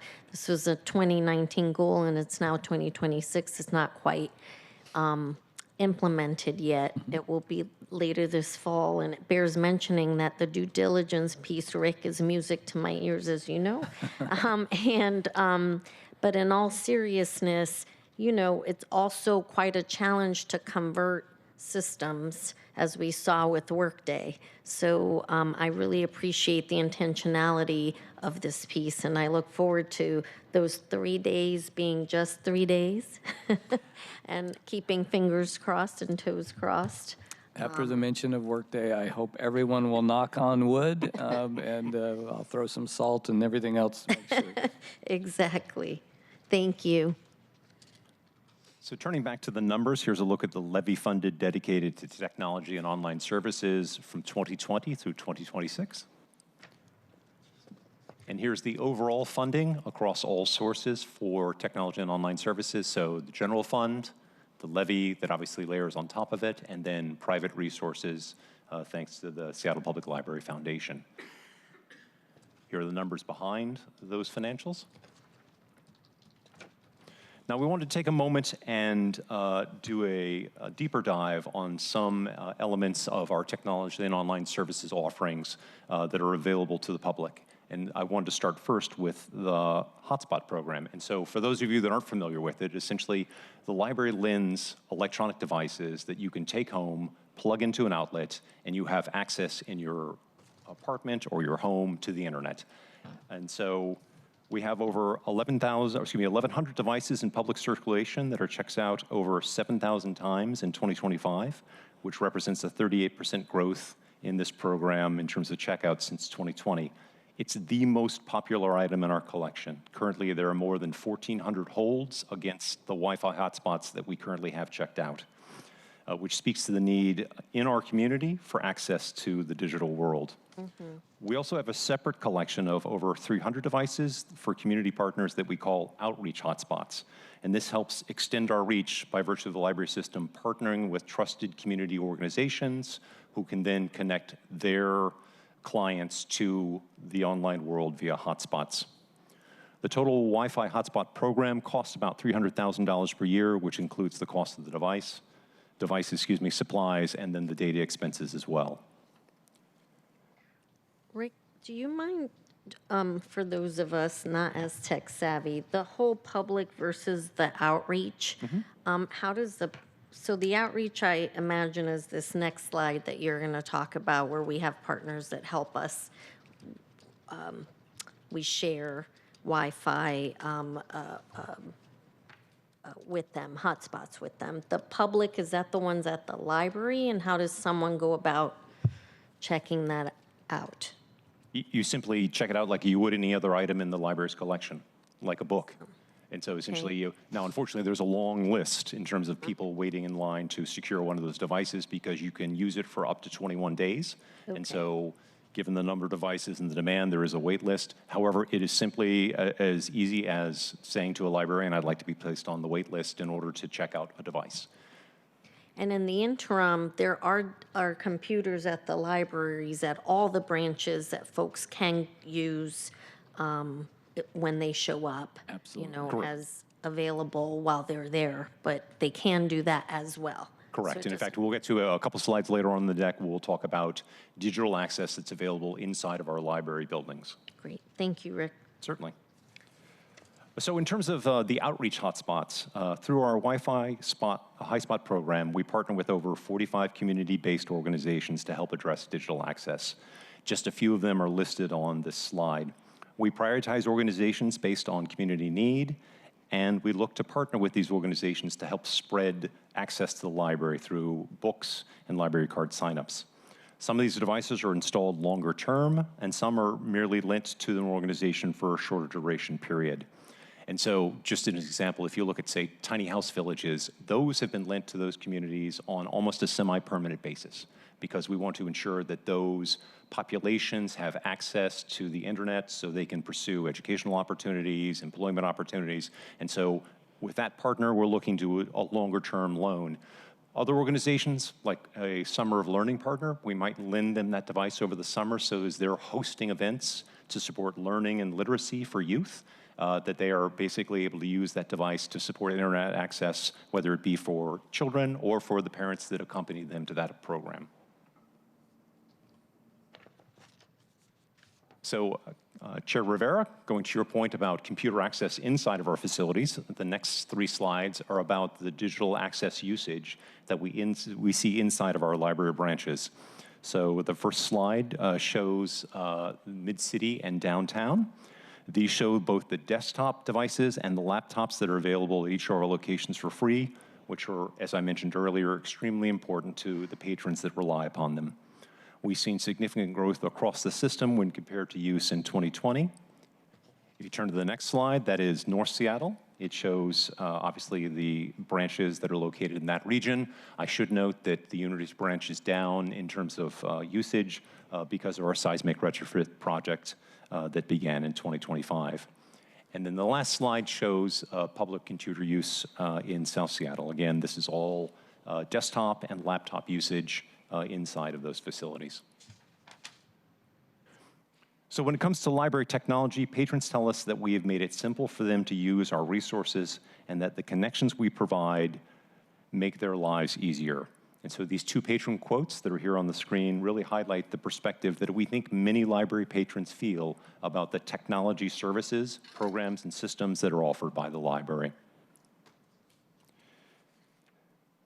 We've reached the last slide of this technology and online services section, and here are the challenges and opportunities that SPL sees in this area. As to challenges, cybersecurity threats remain top of mind, and not just because of our 2024 ransom attack. Since that attack, we've worked hard to improve monitoring detection capabilities because the threat to all online systems for the library is only increasing. Over the past 12 months, we've remediated or blocked 585 antivirus alerts, the majority of them coming from patron-facing devices. We've also successfully blocked 718 phishing attempts using email security controls.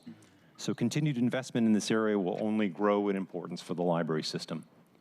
Additionally, we all know that the rapid expansion of AI is a challenge for us and for information professionals across the world. We see that misinformation and disinformation spreads all the more quickly because of AI systems that exist that people are taking advantage of. Additionally, the ethical use of AI is important to the library, and SPL wants to ensure that our patrons are supported when it comes to these technological advances and the way that AI is maturing in their use of technology. As for opportunities, the upcoming 2026 levy renewal is an opportunity for us to invest more in helping address some of these challenges. And we also see the fact that patron uses are changing when it comes to technology. More and more people are bringing their own devices into the library system, which may afford us an opportunity to change the configuration of devices we offer, the systems that we offer, in a way that might make more sense for evolving patron tastes. And with that, I'll hand it back to Chief Librarian Fay. All right, well, thank you all for listening and for the great questions today. As mentioned earlier, we'll be back next week to talk about hours and access, helping children, and the administration and central costs.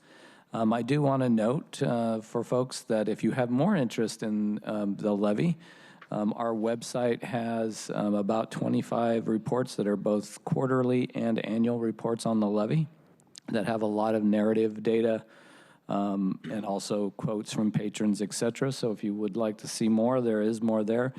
In that same area on the website is also our impact reports, which gives a great visual representation of a lot of the work each of the years. So I invite you to take a look at that if you'd like some additional information. And with that, I'll conclude. Thank you, Chief. And colleagues, as part of the levy, every year there's an annual report that the library's SPL puts together to talk about the levy. And all of that is contained on Seattle Public Library's website. So I encourage you to go there to to read the reports, and there's a lot of other information contained. And as I started, introed this presentation, I wanted to make sure that through committee, we had as much information as we could with the time that we have to really show our work to the public on all the levy investments. As you can hear, this is only half of the full presentation. There is a lot happening at Seattle Public Libraries, and it is important for the public to hear that because they can see their levy dollars at work. The levy funds many, many important projects at the library, from maintenance to technology, to book acquisition, to ebooks. It really, and what we didn't really talk about, which I know we'll talk about the next presentation, but I mentioned it earlier, bears mentioning again, all of this work is done by a team of really amazing library staffers. Really want to give your team across all branches a shout out. I was lucky enough to be with you at the Broadview branch where the team welcomed me on a Saturday because of our libraries are open Saturday and Sunday. And the folks there, the library staff are just so welcoming and so helpful and so happy to be there and so cheerful. It's really to welcome our kids and our grown-ups and to help with anything from looking for a book to helping with using the computers and the technology. Anyway, so colleagues, are there any, I don't see anyone's hands for questions, but happy to, if anyone has a, Councilmember Foster and then Councilmember Saka. Thank you so much, Chair. I really appreciate the slides that you have. I think they start on 50 and 51 that show the, just like, I mean, astronomical, I think is fair to say, growth in the public computer sessions across the library system. I wonder about how that aligns with your ability to support all the folks who want to access our public computer sessions, if that sort of manifests as backlogs or a need for additional computers and space or any other information that you want us to be taking away from, I mean, 204% growth, 190% growth, et cetera.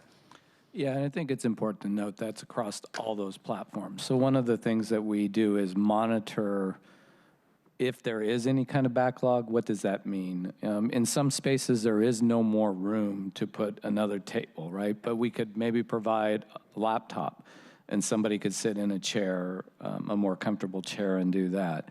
What we see now more a shift to is more use of our Wi-Fi. Mm-hmm. So more people coming in just wanting really stable and fast internet connection for whatever purpose they might have. And so we see that shift now more into really the Wi-Fi utilization. Computer use, we feel, is very stable, still a demand, still a need, but we are not seeing it where people have long queues. We're actually able to now provide people more time. When we started, probably even when this levy started in 2020, there would have been longer times because we were limiting people to an hour or 90 minutes. Now we can provide more time for people to actually do more things that they need to do. You can imagine the frustration of just about getting your resume done and say, you're done for that really important job. So we've been able to actually balance a lot with having access to Wi-Fi, laptops, other types of portable devices to allow people to have access. Thank you so much. One final quick question. I know you recently made some changes to allow, I think, some continuity to have all of the branches open. Is it all of the branches are now open 7 days a week? Is that correct? No, they're not all open 7 days a week. Okay. I remember you just made some recent changes, and I'm forgetting the details of them. It was in the Mid-City East region is where we made some changes to some branches, Douglas Truth and Capitol Hill and Montlake. Got it. And on the heels of that, I'm curious how you, how do I want to say this, understand if there's more demand for expanded hours for our library system. Again, knowing that we can't always meet every demand that there is, but how you understand that. If you could just share that with us, please. Sure, I mean, we do look at that across the board for every location, every community. And what we've really tried to do, because we know that, the general fund is often under constraints, and we know that the levy is tied integrally with the general fund. So if something happens to general fund, it impacts the levy. We're very conscious now of making sure that what package we put together in hours is able to be maintained. And that's why when we have these discussions around budget, we have to push back many times saying, that particular reduction would have an impact in staffing and the number of hours that we can operate. And so we're very careful now to say this is a package that we know is maintainable and sustainable. And we do know when asked, we have shown what it would cost to do some of these things. It becomes a very high cost to add those additional staff for hours. And then you have to look at, is there truly that return on investment? If you have, 5 people in a location, that extra hour or that extra half day, was that worth the cost of however much that staffing was? So we look at all of those components in there, and we know that access is important. That's why we're looking at other options, like kiosks, where you could actually just have a kiosk with a partner organization that somebody can go in and get a book, trying to really create different ways of accessing materials than just your traditional library. Thank you. Thank you, Chair. We'll also be covering more of that in next week's presentation too, so you'll get some additional insight. Yes, hours and access will be in next year's presentation, but thank you for the important question, Councilmember Foster. And of course, there's always, with everything that the city does, there's always going to be more demand and need than we're able to fill. That's just the nature of the work. And what I really appreciate about Chief Fay and the team, his entire team at SPL, is that they are very intentional on how they go about having to make that prioritization. And what I said earlier about by branch and working with communities on what the need at each of those branches are, based on every community where a branch is located has different needs.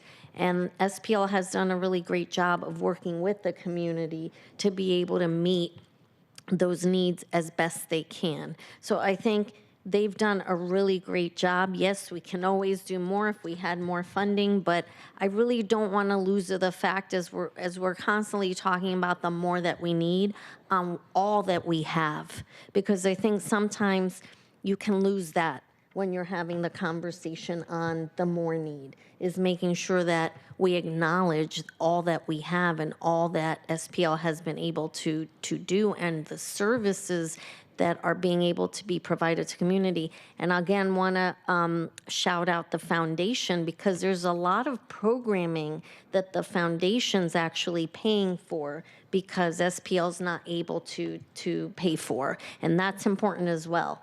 So they've been great partners on the programming for kids programming and things, seniors programming, things of that nature. So really want to shout out SPL for that and really acknowledge that, yes, we can always do more, need more. And the levy has really supported a lot. So thank you. And Councilmember Saka? Thank you, Chair, and thank you to Chief Librarian Fay and your team here for this very insightful overview. As someone who does not happen to sit on the council committee that oversees our libraries, I was, before this presentation, much less familiar from a policy standpoint of all the terrific work you all do. Library card holder, go occasionally with my kids and family, but now I see firsthand all the tremendous work in a PowerPoint deck format that goes into delivering these excellent mission-critical community services that have a strong tradition in not only our city, but this country in terms of providing people with empowerment, empowering people with education, information, and to ideally help change their set of circumstances. In my own office today, and my home office, I have a depiction of the library, which is a Jacob Lawrence painting. Depiction from Jacob Lawrence, as everyone knows, is a famous Harlem Renaissance era artist. And in the library, there's communities piled up, huddled around in a library, huddled around books. And my interpretation of that is empowerment, education empowerment, way out, and bringing people together. So love our libraries, love the opportunity to learn more here today. And I know we're meeting here in the next week or two, looking forward to that conversation, Chief. And before I entered politics a few years ago, I was a technology lawyer, more specifically, a product lawyer, and more specifically, a digital security, cybersecurity lawyer. And so that's why I was kind of geeking out by some of your presentation portions as well. But I will share, some of my priorities pertaining to libraries, because I just, having the set of circumstances and things that I've experienced in my life, I never would have thought I would have ever worked at a place like Microsoft or Meta or supported these massive technology companies providing services that everyone uses every day in some shape or form.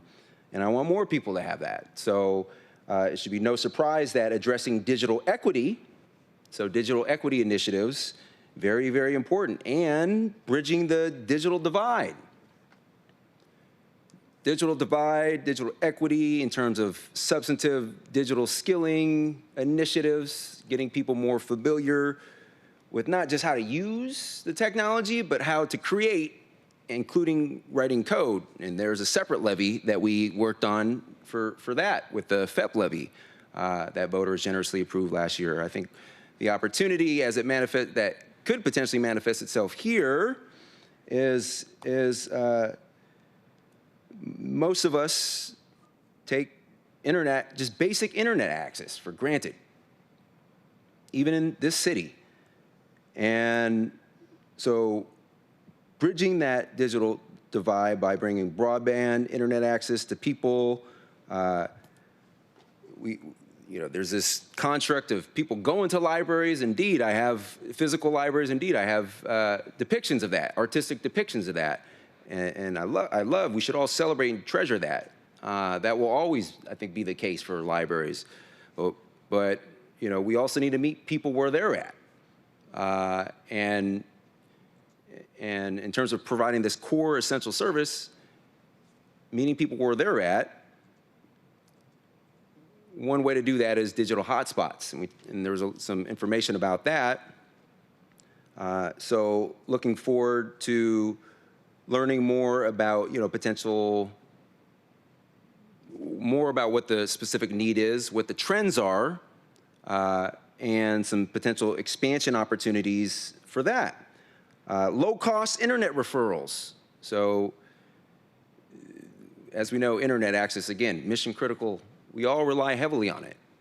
And not everyone needs, even if infinite resources, free internet.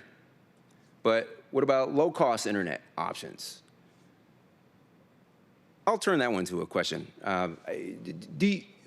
Do we have low-cost referral options for people who meet certain thresholds? What does that currently look like? And are there any expansion opportunities with that? We do have that. So we have a number of ways we might provide that through our reference desk when people are asking questions. We may have a gathering of folks to have community partners in, some of whom may be those low-cost internet providers. Actually, it was a few months ago we had a group in doing just that. They were at the Central Library for, I'm trying to remember, maybe a couple of weeks at different times. and they were able to engage people. We obviously put it out on our website, let folks know about it. That is a big, important piece for us because, as indicated with Rick's presentation on hotspots, there's a long line of folks waiting for those devices.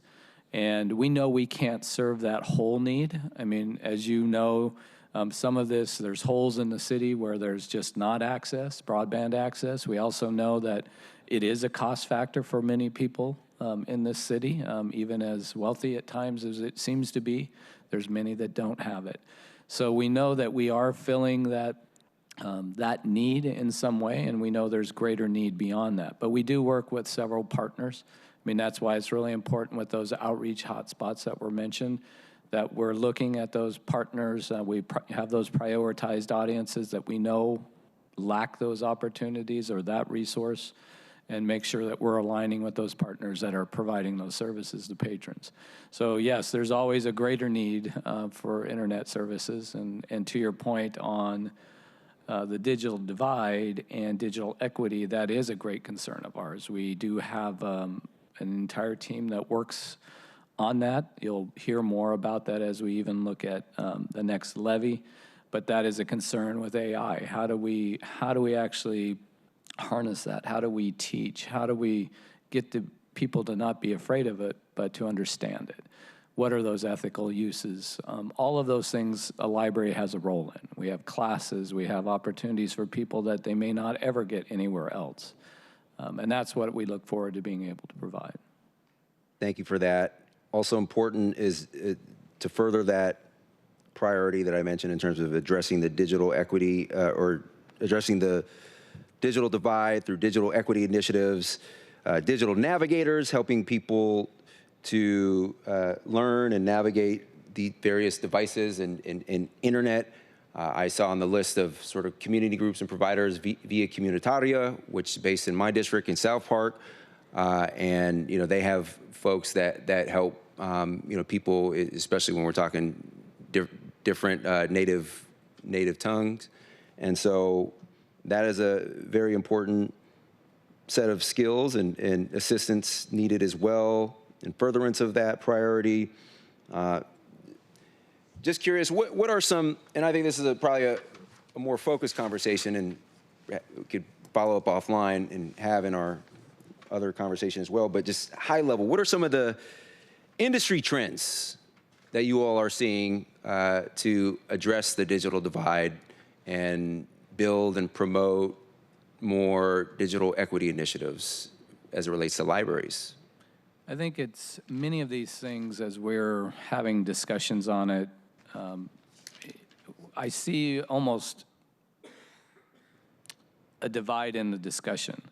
So much of the discussion or error is being taken by the AI element. And then the digital equity element, really what you're looking at there is how do you create opportunity? How do you create access? AI almost needs to be merged with that. It's just a tool. And so I was actually attended a national event hosted by the Digital Public Library of America at UW and was one of the panelists there. And I said, we need to quit thinking of these things as two separate things. We have to pull this together and understand that is a tool. We need to be able to provide better access and better opportunity to learning the tool. But we also need to make sure that in this, we are recognizing again that we need to meet people where they're at, which means that may not always be at the library. How are we working with some of those partners already doing that, which is the library has a great strong suit in that. And then making sure that we have long-term sustainability plans on how we deliver that access and those opportunities. And I think that's where some of the struggle fits and starts that I have seen in digital equity has really struggled, especially since the pandemic, where we had been making strides. I feel that coming out of all of that, there's been even a greater dependence on technology, and we haven't been able to address those needs. I'm happy to say that now I see even some of our branches able to start offering that help and assistance with devices, again. That was something that really got curtailed for a long period of time. Some of that comes down to staffing. How much time do you have to provide for that? But how can we be smarter? How can we find partners that can come in to help provide that? And those are some of the efforts we're undertaking as well. Got it. Thank you for that. Talk a little bit about access to, arts and cultural spaces and events. I think there's a museum pass program. Correct. And allowing access to places like the Seattle Aquarium and Wing Luke Museum and the Seattle Art Museum. Can you talk about that program a little bit and also utilization rates and potential expansion opportunities with that? Well, I have the person who manages that for me right here, so I'll hand that over to Kirsten. So Museum Pass program is one of our most utilized passes within the library system. This past year, we were slightly waylaid, so the numbers for 2025 are a slight skewed. The provider that we had that actually administers the passes so that people can check them out online and don't have to come into a branch, they shut their doors with little notice. So then we had to get a new provider and get the whole system up and running. So it got a little bit of a delay. That said, we had, I think it was 40,000 pass checkouts in 2025 across all of our different organizations. So we currently have our current slate. We regularly reach out to different cultural institutions, check in, say, hey, would you like to join our program? The foundation covers the costs for the Museum Pass program. And so we pay a portion of a fee, and they allow us to have between 2 to usually 4 people enter on each particular pass. We have some various restrictions around it in order to try and get as much access to the community as possible. So you get 1 pass checkout every 30 days, and that's to any of the partner institutions. If you cancel within that period, then you immediately go back and have the ability to re-reserve. We do a lot of focus on highlighting this program to communities that might not otherwise think that they would have the ability to reach out to these or engage with these particular cultural institutions. So there's a lot of in-language focus on making sure that this program is well understood, as well as some of our Title I schools in close connection with those particular communities. But yes, I'm looking forward to all of them. We aren't just located specifically within the Seattle bounds. We actually have had partners that are down in Pierce County, up in Edmonds. We currently have the National Railway Museum, which is out in the Snoqualmie and North Bend area. Super cool. Thank you for that. Chief, you mentioned earlier the thorny problem of subscription only, digital only access to content. So as a technology lawyer, as a product lawyer, what does that mean? My day-to-day, like helping advise from a legal perspective on innovations from ideation till product launch and future iterations, and working on that involves intellectual property, that involves day-to-day navigating the regulatory soup of including consumer protection laws, data privacy, security, all those things. What we were talking about, that is I wasn't aware of that problem from that perspective until you mentioned it, but it makes perfect sense. What you're ultimately talking about, however, because as a creator of content, you own exclusive copyrights to publish it in any form, in all forms, all media, and so what you're ultimately talking about is a fundamental change in U.S. copyright law. If you or anyone locally is able to navigate that and solve that, I like hat tip to you, kudos. Getting Congress to act on that, I think the more likely path and solution is what you started talking about towards the end in terms of working directly with the authors or platform providers and negotiating, different access models. But in any event, that's what comes with being a creator. You own the rights to how it's viewed and seen and shared and monetized. Okay. Final question. Thank you for entertaining me here, and Chair. And I really do love this stuff. So it's really, really. Councilmember Yeah. Saka, thank you for being here, and I'll let you have one final question, but I know we have other council members that Got need it. to leave. Yep. So happy to have Absolutely. you ask if it's a short one. Absolutely. So Thank you, friend. frontline library workers and staff are increasingly called upon to navigate and help triage and problem solve any number of issues for which reflect broader societal challenges. And whether it relates to behavioral health challenges, homelessness, and the like. And most aren't social workers, my understanding, but are increasingly called upon to navigate, some of those challenges. What kind of empowerments and resources does the library make available for staff at these branches and the various locations to address these? Sure. There's any number of things. Obviously, it's probably a longer conversation than here, but we look at, to deal with these things, each of these things are, again, different issues that people walk in the door with. And that could be anything from drug addiction, mental health, homelessness, to just general questions, right? People come in with a lot of different things, and they bring everything in with them. And so we actually spend a lot of time with de-escalation training for staff. We do have social workers at the Central Library that also work with our staff across the entire system to have them have better tools to work with different populations and different needs and understanding on how to provide the best referrals. Again, those also de-escalate crisis by making sure you have things that people need or are seeking. We also, even when you look at our security, which supports staff, those same security folks have those same de-escalation skills that they bring to the table, which is an important part. Our goal is to make sure people are successful at the library. And our team, our library staff, believe that as well. They will go to every effort to make sure people are successful. They care about people. I think that's always the thing about people that work in libraries and truly are those public servants. Being one myself, I mean, I always took home when I was failed to actually deliver what that person needed, right? And that's the thing that's always the most difficult at the end of the day.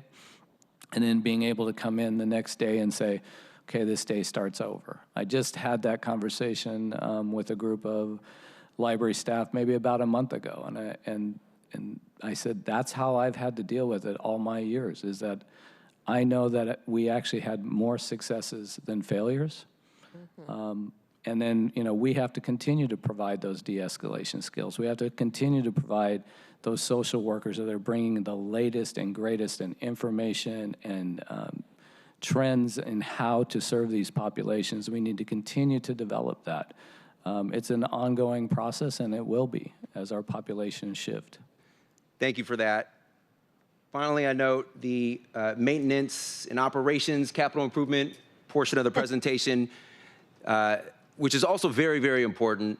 But my office has been working with your office on installing a security gate at the High Point branch, and my understanding is there's precedent for that.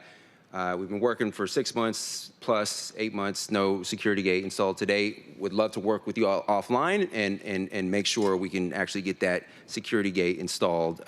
But all this to say, huge plug for operations and maintenance. Thank you, Chair. Thank you, Thank you for the Councilmember questions. Saka. I also want to say that the CARE team is a partner to Seattle Public Library, so they don't have to take it all on. We have so many resources across the city, and all the sister departments should be working together to ensure that we have more robust points of contact because we are paying for investments in other areas of the city, and it's all should be complementary. So I know you work with the CARE team as well, which is now across the city. So just by way of saying there are more resources there too that are not just Seattle Public Libraries, but that you partner with. Thank you so much. All right, this concludes the February 19th special meeting of the Libraries, Education, and Neighborhoods Committee. Our next committee meeting is scheduled for Wednesday, February 25th at 9:30 a.m. If there's no further business, this meeting will adjourn. Hearing no further business, it's 4:06, and this meeting is adjourned.